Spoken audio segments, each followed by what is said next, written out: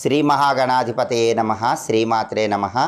తెలుగు భక్తి ఛానల్ ప్రేక్షకులందరికీ నమస్కారం. ఆషాఢ మాసం వారాహీదేవికి ఎంతో ప్రీతిపాత్రమైన మాసం.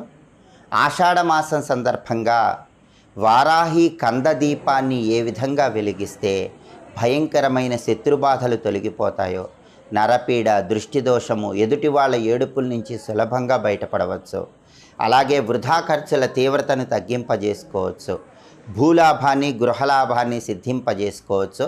ఈ వీడియోలో మనం తెలుసుకుందాం.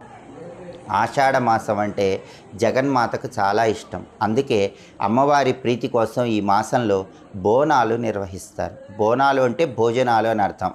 అమ్మవారికి ప్రీతిపాత్రమైన రకరకాల నైవేద్యాలను ఈ మాసంలో ఉగ్ర రూపంలో ఉన్న అమ్మవారికి సమర్పిస్తారు. జగన్మాత శాకంబరీదేవిగా అవతరించిన మాసం ఆషాఢ మాసం.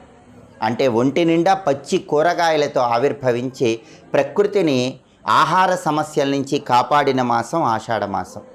ఈ మాసంలో వారాహి అమ్మవారి పేరుతో భక్తులందరినీ జగన్మాత రక్షిస్తుంది.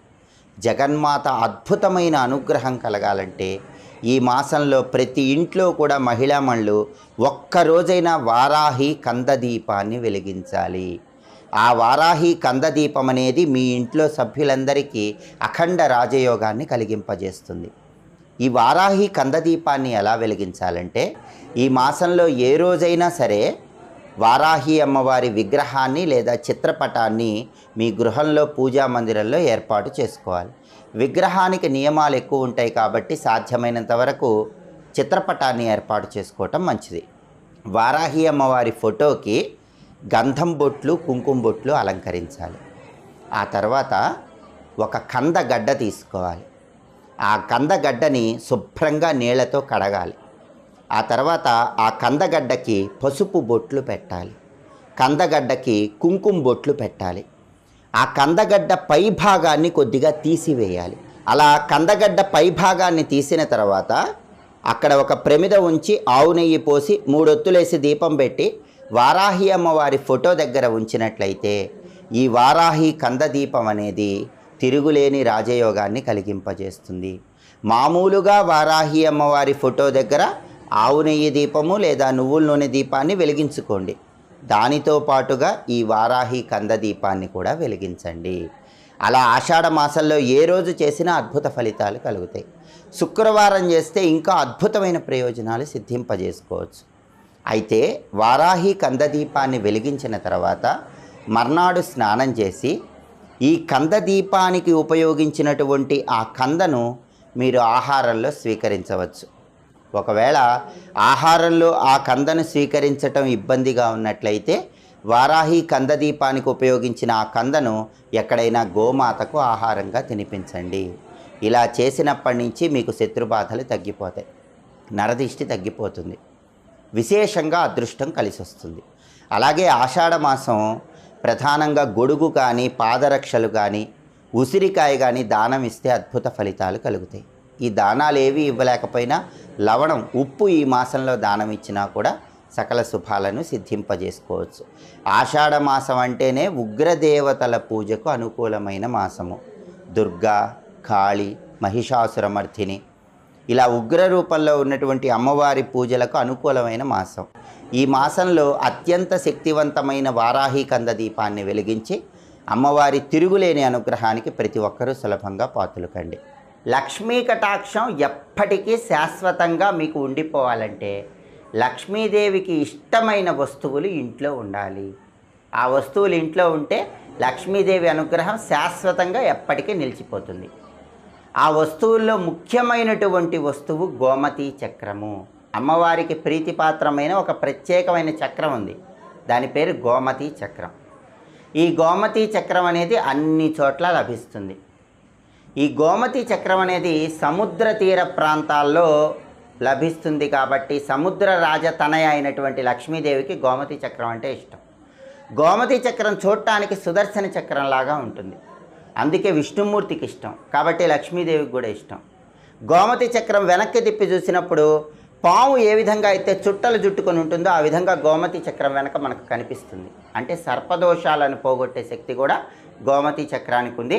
ఆధునిక కాలంలో అన్ని రకాలైన షాపుల్లో ఈ గోమతి చక్రం లభిస్తుంది. ఇది అస్సలు ఖరీదు కూడా ఉండదు, చాలా తక్కువ ఖరీదులో లభిస్తుంది.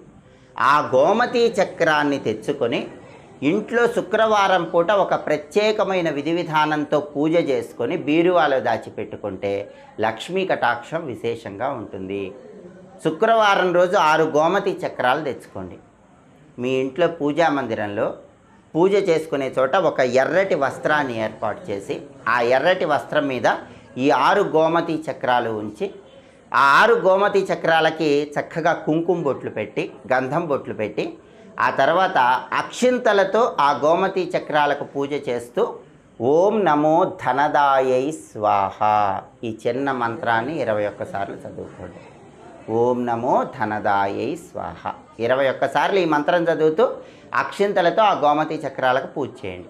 ఆ తర్వాత వాటికి హారతి ఇవ్వండి. హారతి ఇచ్చిన తర్వాత వస్త్రంలోనే 6 గోమతీ చక్రాలు మూటగట్టి మీరు ధనం దాచుకునే బీరువాలో దాచిపెట్టుకోండి. అలా దాచిపెట్టుకుంటే ఆర్థికంగా ఇబ్బందులు ఉండవు, లక్ష్మీదేవి అనుగ్రహం విశేషంగా కలుగుతుంది.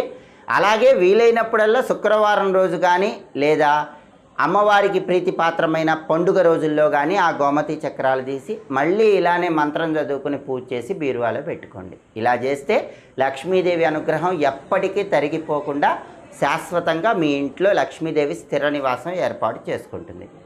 ఒకవేళ మీకు గోమతీ చక్రాలు లభించకపోయినట్లయితే గవ్వలతో కూడా ప్రత్యేకమైన పూజ చేసుకోవచ్చు. గవ్వలంటే లక్ష్మీదేవికి చాలా ఇష్టం.